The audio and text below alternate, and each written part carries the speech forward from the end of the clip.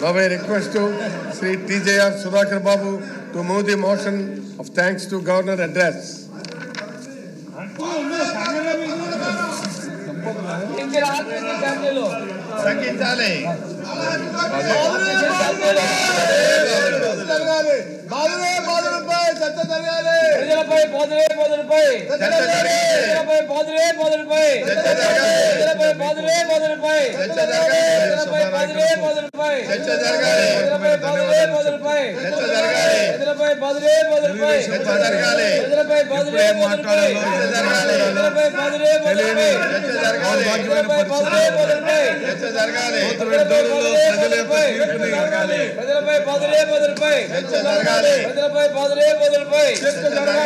ఈ విధమైన దౌర్భాగ్యమైన పరిస్థితుల్లో వాళ్ళు ఆ విధంగా పోడియంను మళ్ళీ ఆ విధంగా ఆక్రమించి గైగైన అరవటం అనేది పరపాటిగా మారిపోయింది.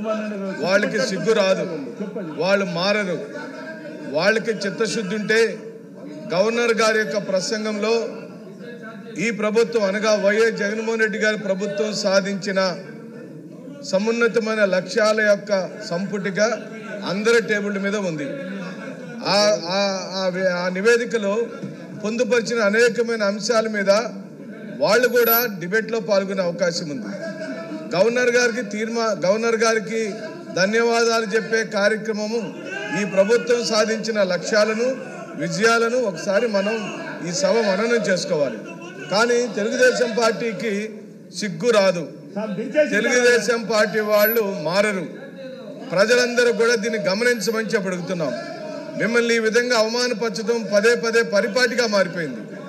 వాళ్ళకి అల్లరి చేయటం, ఇక్కడ నుంచి సస్పెండ్ అయ్యి వెళ్ళిపోవటం, బయట మీడియా దగ్గర మాట్లాడటం, లంచ్ చేయటం, వెళ్ళి మళ్ళీ 2 గంటలకు పడుకోవటం, ఇదే అలవాటు అయిపోయింది. వాళ్ళకి మార్పు రాదు. ఎందుకంటే సభానాయకుడు వాళ్ళ యొక్క నాయకుడు ఎప్పుడైతే అసెంబ్లీకి రాకుండా బయట ఉన్నాడో ఇక్కడ ఒక్కళ్ళు కూడా సీట్లో కూర్చొనికున్నట్టుమే చంద్రబాబు నాయుడు యొక్క రాజకీయం. చంద్రబాబు నాయుడు ఈ సభలోకి రాడు, వీళ్ళని కూర్చొనియడు. వీళ్ళు ఎవరన్నా ఇక్కడ బాగా మాట్లాడితే, ప్రజా సమస్యల గురించి మాట్లాడితే, అది ప్రజల్లోకి వెళితే, వీళ్ళలో ఎవరైనా నాయకుడు తయారైతే ఆయన సీటుకి ఎసురు వచ్చిందని ఆయన ఇక్కడ ఎవరిని సీట్లో కూర్చొనియడు. ఏ అంశము ఉండదు. వాళ్ళు బాధుడే మీద అని జగన్ గారికి భయపడి ఏ అంశం మీదైనా సీట్లలో కూర్చొని మాట్లాడవచ్చు అధ్యక్ష, ఎవరికి అభ్యంతరం లేదు. కానీ పోడియంను చుట్టుముట్టడం, మీ మీద పేపర్లు విసరటం, మిమ్మల్ని అల్లరి చేయటం, మిమ్మల్ని గేలి చేయటం, మీరు ఏ రోజున సీట్లో కూర్చున్నారో సభాపతిగా, ఓ బలహీన వర్గాలకు సంబంధించిన వ్యక్తిగా, సుదీర్ఘ రాజకీయ అనుభవం కలిగిన మీరు ఆ సీట్లో కూర్చోవటం తెలుగుదేశం పార్టీకి ఇష్టం లేదు అధ్యక్ష. అందుకనే పదే పదే వాళ్ళు మిమ్మల్ని గేలి చేయటం, అల్లరి చేయటం, మిమ్మల్ని తాకాలని చూడటం, మిమ్మల్ని హేళన చేయటం అనేది పరిపాటిగా మారిపోయింది.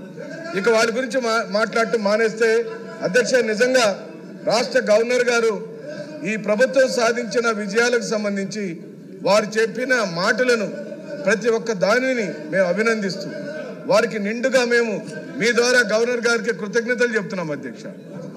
ఈ 5 సంవత్సరాల కాల పరిమితిలో 2019లో ఈ రాష్ట్రానికి ముఖ్యమంత్రిగా జగన్మోహన్ రెడ్డి గారు అయిన రోజు నుండి వారు నవరత్నాలనే లక్ష్యాలను పెట్టుకొని ఓ సుస్థిరమైన, ఓ న్యాయమైన, ఓ సమాజానికి పనికొచ్చే పరిపాలన చేయాలనే దృఢ నిశ్చయంతో వారి పరిపాలన మొదలుపెట్టారు. ఆ పరిపాలన మొదలుపెట్టే రోజుకి తెలుగుదేశం పార్టీ చేసిన పాపాలు, తెలుగుదేశం పార్టీ ఇచ్చిన హామీలు, తెలుగుదేశం పార్టీ హయాంలో జరగని న్యాయం అన్నిటికీ పరిష్కారం ఒక్కటే, అది వైఎస్ జగన్మోహన్ రెడ్డి గారి యొక్క పరిపాలనని మనకు అర్థమైంది అధ్యక్ష. మీరు జగన్మోహన్ రెడ్డి గారు పరిపాలించే రోజుకి రాష్ట్ర విభజన జరిగి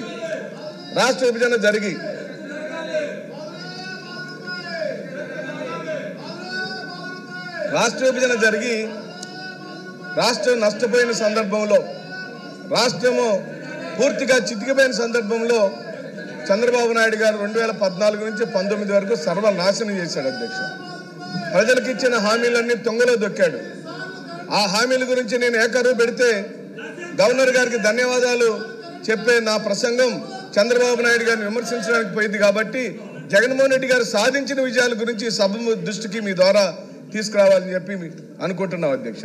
జగన్మోహన్ రెడ్డి గారు రాష్ట్ర పరిపాలన మొదలుపెట్టినప్పుడు ఈ రాష్ట్రంలో ఉన్న సామాజిక స్థితిగతులు, ఆర్థికంగా చితికిపోయిన రంగాలు, వెనకబడినటువంటి వర్గాలు, దళిత బలహీన మైనార్టీ వర్గాలు, వీళ్ళన్నిటికీ ఏదైనా న్యాయం చేయాలనే దృఢ సంకల్పంతో వారు ఒక సుపరిపాలన తీసుకొచ్చారు.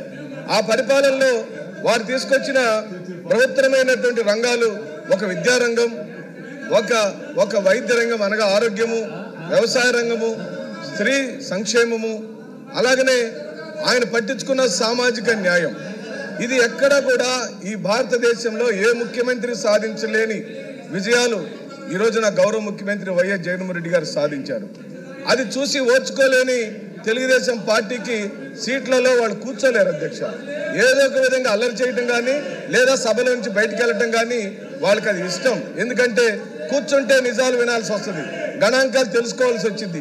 జరిగినవే చెప్పగలుగుతున్నాం మేము కూడా, జరగని దాన్ని ఒక్క మాట కూడా ఈ సభలో మేము చెప్పడానికి వీల్లేదు అధ్యక్ష. మీరు గమనిస్తే అధ్యక్ష, అక్కడ నిలబడిన తెలుగుదేశం పార్టీ వాళ్ళందరికీ నేను ఛాలెంజ్ చేస్తున్నా. మీరు అనుకున్న అమరావతిలో బాబాసాహెబ్ అంబేద్కర్ విగ్రహాన్ని మీరు ఎక్కడ పెట్టారు? బాబాసాహెబ్ అంబేద్కర్ విగ్రహానికి మీరు ఎన్ని కోట్ల రూపాయల డబ్బులు? అధ్యక్ష, ఇది ఖండిస్తున్నాం. మీ మీద పేపర్లు చల్లటం అనే విషయాన్ని దయచేసి తెలుగుదేశం పార్టీ సభ్యులు మా సహనాన్ని పరీక్షించొద్దని చెప్పి కోరుకుంటున్నాం. మీకు ఇది పొరపాటు అయింది, మీకు పొరపాటు అయిపోయింది. గొడవ పెట్టుకోవటమే మీ లక్ష్యం. ఇది పద్ధతి కాదు, ఇది పద్ధతి కాదు. ఒక బలహీన వర్గాలకు సంబంధించిన స్పీకర్ గారి తలపైన ఆ విధంగా పేపర్లు వేయటం పద్ధతి కాదు.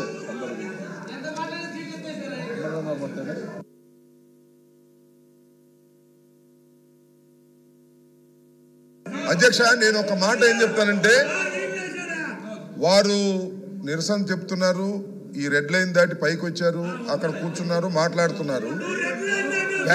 పేపర్లు చించి మీ మీద వేయటం వల్ల అవమానం జరుగుతుందని మేము ఫీల్ అవుతున్నాం.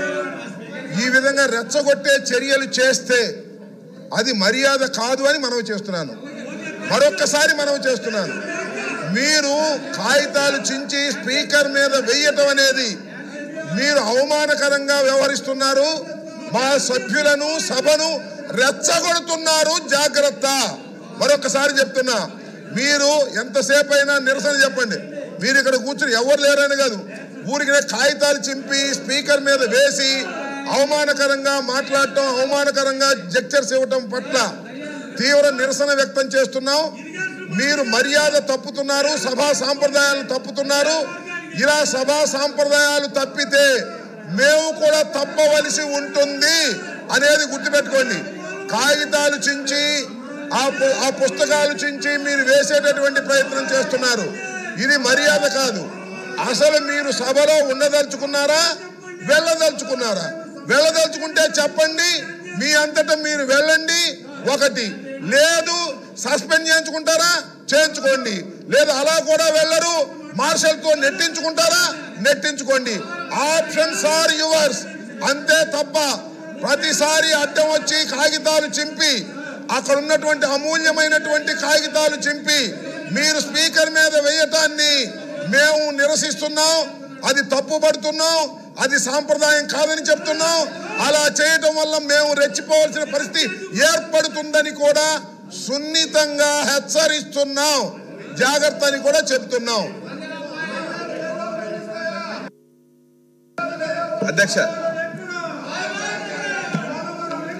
వీళ్ళు మారదని పదే పదే మనం మాట్లాడుకుంటున్నాం అధ్యక్ష.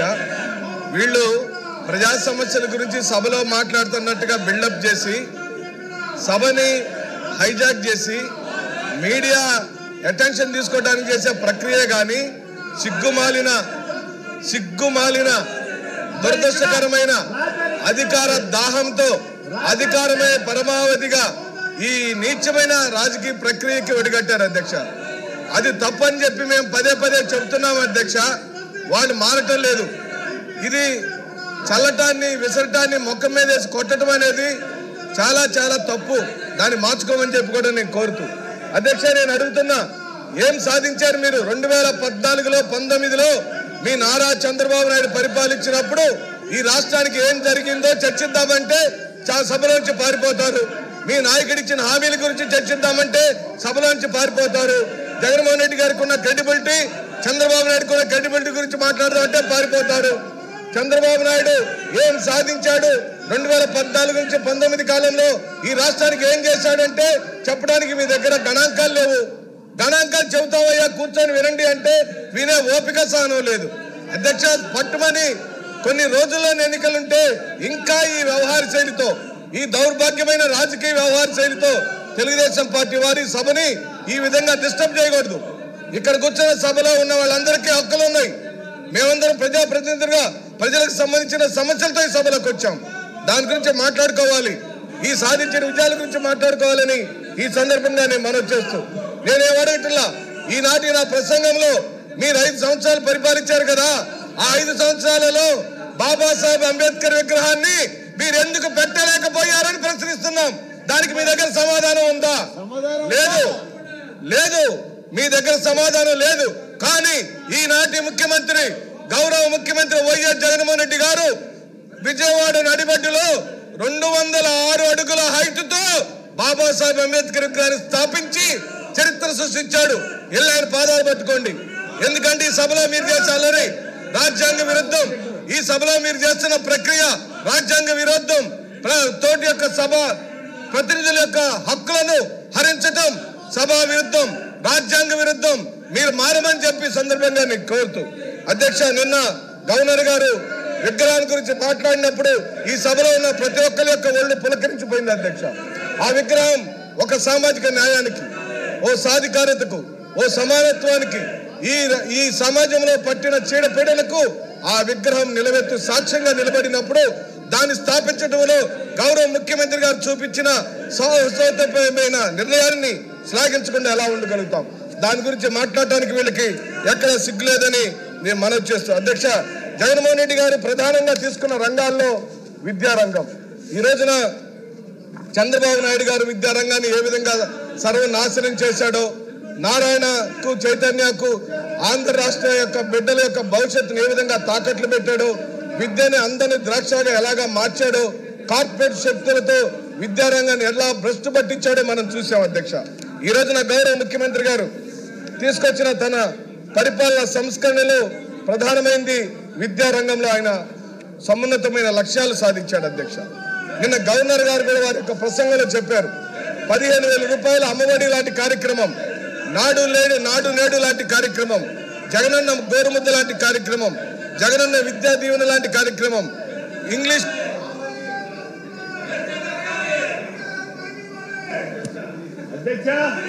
మీడియాన్ని ఈ రోజున పేద ప్రజలకు, పేద విద్యార్థులకు. హలో అధ్యక్ష,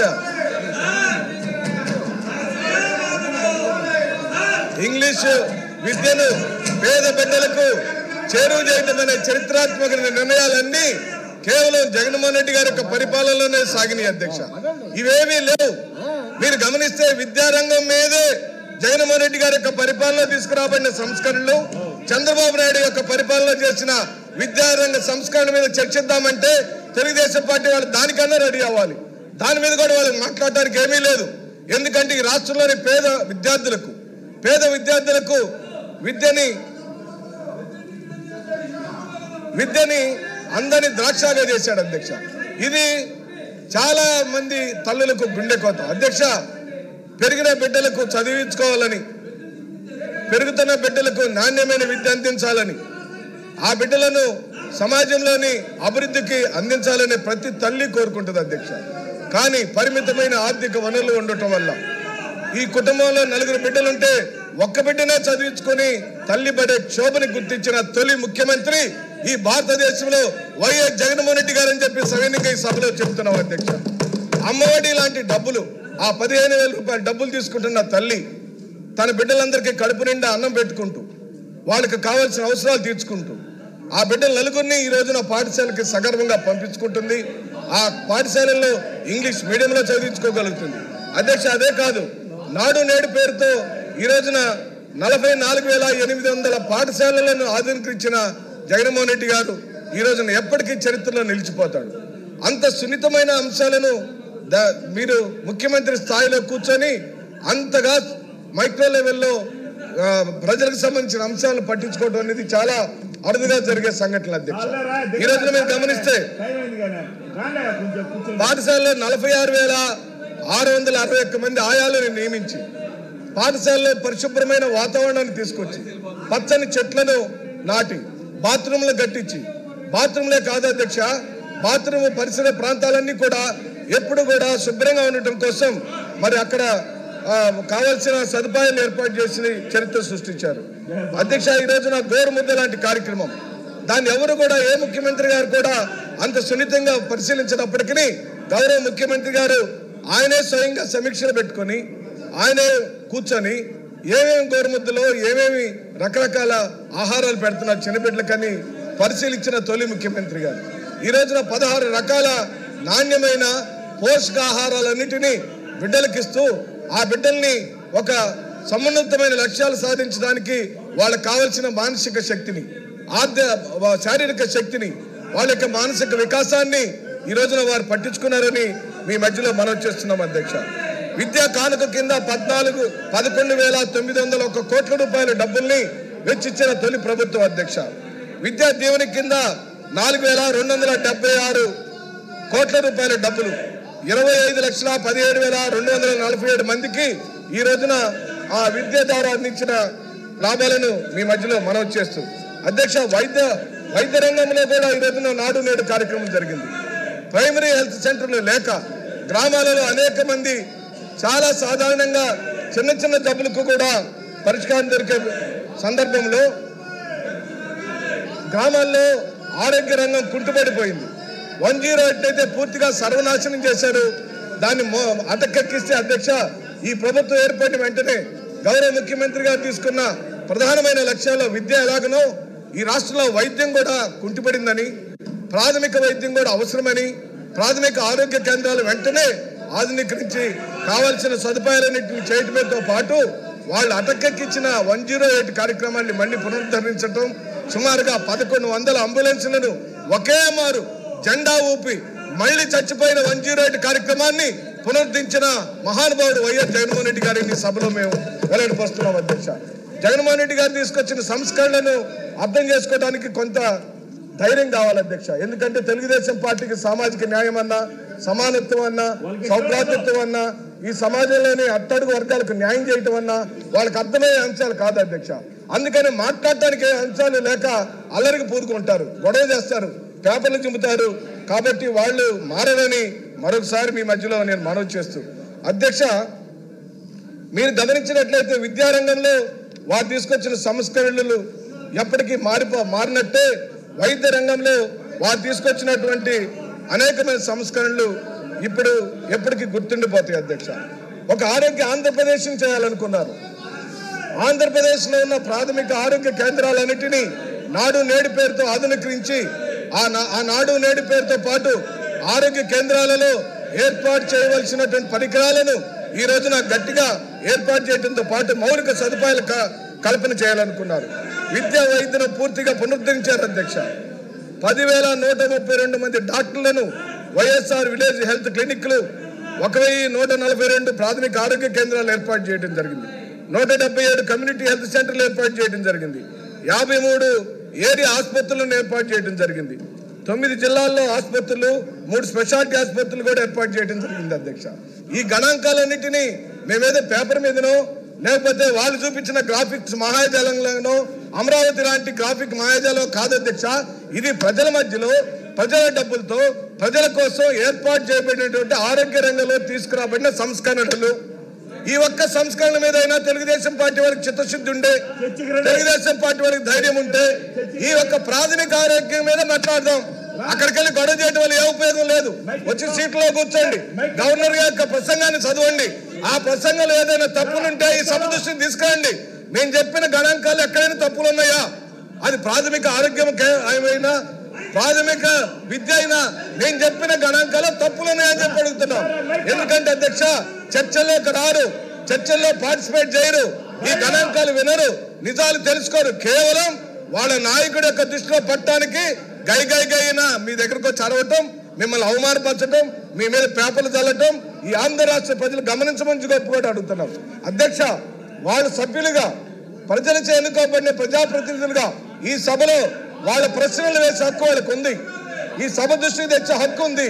కానీ ఇదేం అన్యాయం అధ్యక్ష, గవర్నర్ గారి యొక్క ప్రసంగానికి ధన్యవాదాలు చెప్పే గౌరవప్రదమైన సంస్కారం ఈ రోజున ఈ ప్రభుత్వం సాధించిన విజయాలను ఈ సభ దృష్టికి మేము తీసుకొచ్చినప్పుడు ఏమైనా తప్పులుంటే చెప్పమానండి, చెప్పిన గణాంకాలు తప్పులుంటే చెప్పమానండి, మేము పెట్టిన ఏరియా హెల్త్ సెంటర్లో ఎక్కడైనా తప్పుంటే చెప్పమానండి, ఫ్యామిలీ హెల్త్ డాక్టర్ అనే ఫ్యామిలీ డాక్టర్ అనే కాన్సెప్ట్ లో ఏమైనా తప్పులుంటే చెప్పమానండి.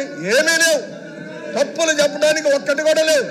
ఎందుకంటే వాళ్ళు పరిపాలన చేసిన శూన్యం కాబట్టి ఈ రోజున వాళ్ళు ఈ విధంగా సభని తప్పుదో పట్టిస్తున్నారని మీ ద్వారా తెలియపరుస్తారు. అధ్యక్ష, ఈ రోజున ఈ రాష్ట్రంలో ప్రస్తుతం 11 వైద్య కళాశాలలు ఉన్నాయి అధ్యక్ష.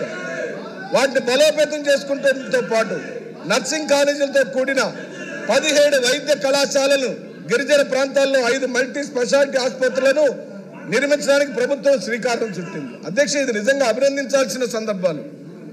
ఈ రాష్ట్రంలోని పేదవాళ్ళు 80% మంది పేదవాళ్ళు సరైన విద్య లేక, సరైన వైద్యం లేక అల్లాడిపోతుంటే ఆయా రంగాలలో తీసుకొచ్చిన గణనీయమైన మార్పులను శ్లాఘించాల్సిన సందర్భం, ఒప్పుకోవాల్సిన సందర్భం.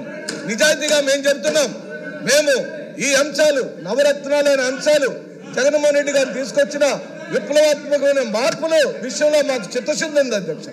కోతవేడు దూరంలో ఎన్నికలు ఉన్నాయి. ఈ రోజున ఈ సభలో కూర్చున్న వాళ్ళు రేపు జగన్మోహన్ రెడ్డి గారి యొక్క నాయకత్వంలో ఫ్యాన్ గుర్తు మీద ఓటేయమని అడగటానికి మా దగ్గర నవరత్నాలు లాంటి కార్యక్రమాలు ఉన్నాయి. మీ దగ్గర ఏముంది అధ్యక్ష? గ్రాఫిక్ మాయాజాలంలో చూపించిన అమరావతి, మీరు మోసం చేసిన మహిళలు రుణాలు మాఫీ చేస్తానని మహిళలు మోసం చేశారు, రుణాలు మాఫీ చేస్తామని రైతులు మోసం చేశారు. అంత మోసం దగా, మీ దగాకోరు పరిపాలనని అంతమందించి ఈ రోజున జగన్మోహన్ రెడ్డి గారు తీసుకొచ్చిన ఈ పరిపాలనలో తీసుకొచ్చిన మార్పుల గురించి మాట్లాడుతుంటే వినటానికి మీకు ఓపిక లేదంటే ఎవరేం చేయగలుగుతారు అధ్యక్ష? ఇదే కాదు అధ్యక్ష, రైతు రంగంలో ఈ రోజున వ్యవసాయ రంగం గురించి మాట్లాడతాం. వ్యవసాయ రంగం గురించి అయినా వాళ్ళందరూ మాట్లాడడానికి సిద్ధంగా ఉంటే వచ్చి కూర్చోమనండి అధ్యక్ష. వ్యవసాయ రంగం గురించి అని చర్చిద్దాం. మీ హయాంలో వ్యవసాయ రంగానికి మీరు ఏం చేశారో చెప్పండి. మేమేం చేశామో గవర్నర్ గారు చెప్పారు. గవర్నర్ గారు చెప్పింది పేపర్ మీద ఉంది, మీ ముందు నోట్స్ ఉన్నాయి, దాన్ని మీరు చదవండి.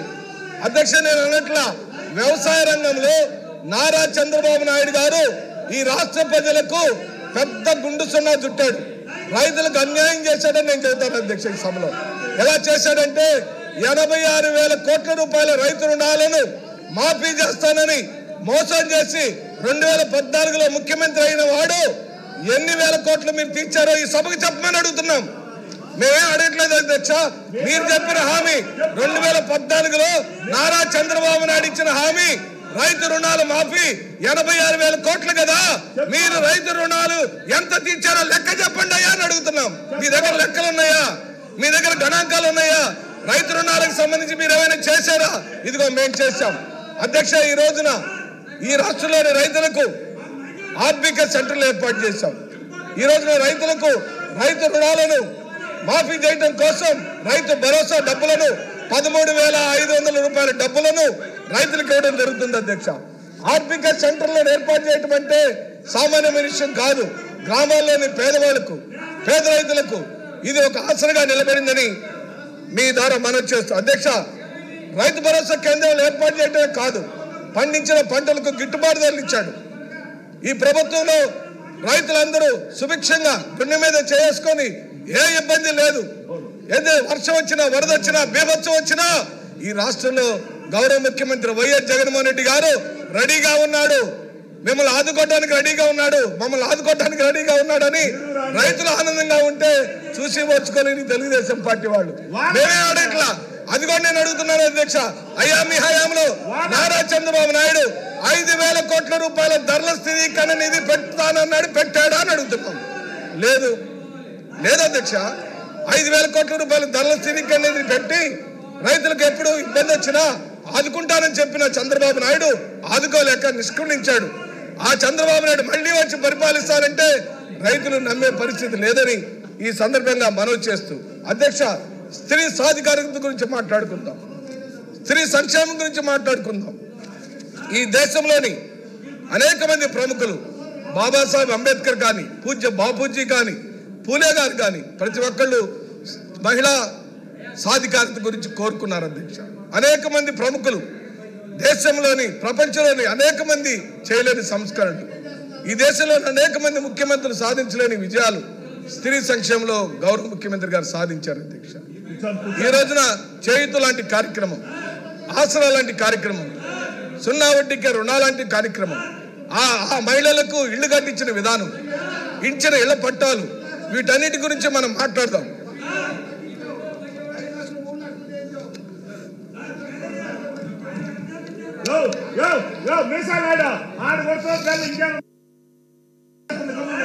అధ్యక్ష నేను చెప్పిన కార్యక్రమాల గురించి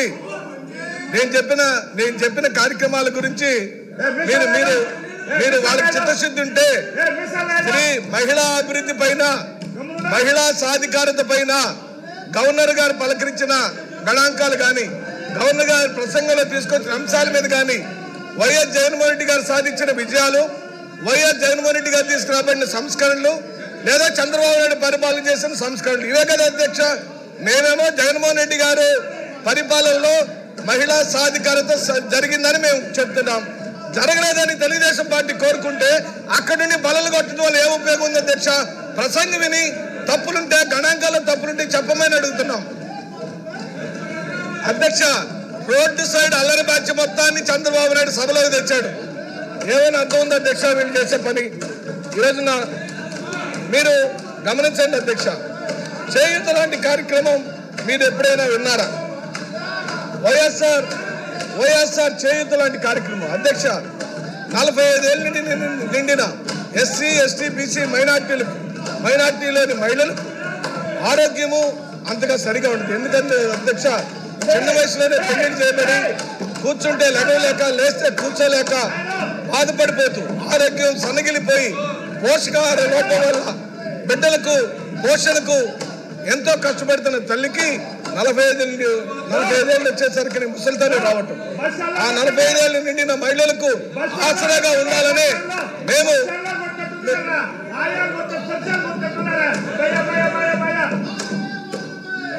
చూశారు అధ్యక్ష. ఏ అంశం మీద కూడా, విద్యారంగం మీద కానీ, వైద్య రంగం మీద కానీ అధ్యక్ష ఇది పద్ధతి కాదు. ఇది రామకృష్ణ గారు ఇది పద్ధతి కాదు. దయచేసి స్పీకర్ గారిని తాకొద్దు, మీరు స్పీకర్ గారిని తాకొద్దు. బలహీన వర్గాల యొక్క మనోభావాన్ని దెబ్బతీయొద్దని హెచ్చరిస్తున్నాం.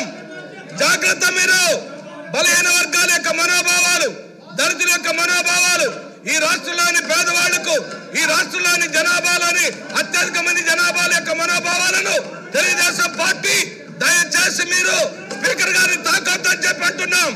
స్పీకర్ గారిని తాకొద్దని చెప్పంటున్నాం. స్పీకర్ గారి జోలి పోవద్దు. మీరు స్పీకర్ గారిని శారీరకంగా తాకటం తప్పు. ఇది సభ ఖండించాలి. ఇది భావ్యం కాదు. మీరు ద్రోహం, మీరు సమాజ వ్యతిరేకులు, మీరు బలహీన వర్గాల వాళ్ళ సీట్లో కూర్చోటం చూసి ఓర్చుకోలేని దుర్మార్గులు. మీరు రౌడీలను, గొండాలు తెచ్చింది తెలుగుదేశం పార్టీ ఈ సభలోకి. అధ్యక్ష వైఎస్ఆర్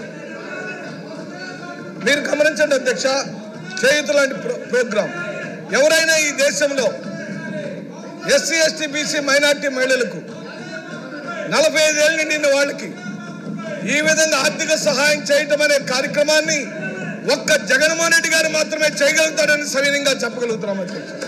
అలాంటి కార్యక్రమాల గురించి ఆలోచించిన దాఖలాలు లేవని వీళ్ళు గమనించమని చెప్పి అడుగుతూ అధ్యక్ష, మహిళా సాధికారత గురించి, మహిళల యొక్క ఆర్థిక స్తోమతను పెంచడం కోసం, వాళ్ళలో కొనుగోలు శక్తిని పెంచడం